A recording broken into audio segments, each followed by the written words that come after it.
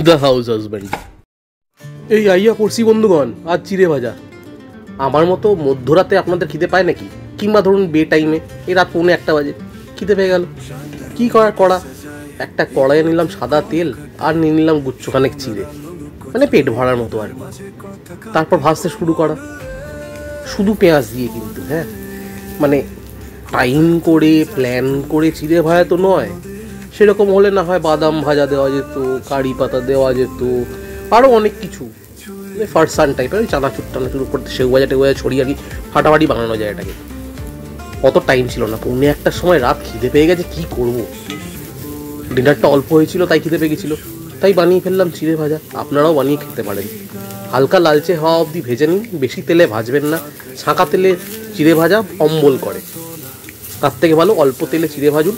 দেখুন প্রথম একটু লাল লাল হয়ে আসবে, তারপর চিড়েগুলো ফুলতে শুরু করবে, যেই ফুলতে শুরু করবেন বুঝবেন চিড়ে ভাজা ডান। নামিয়ে নিন, ঠান্ডা হওয়ার পরে খেয়ে ফেলুন, হেভি টেস্টি মাইরি, সঙ্গে থাকতে বলবেন না।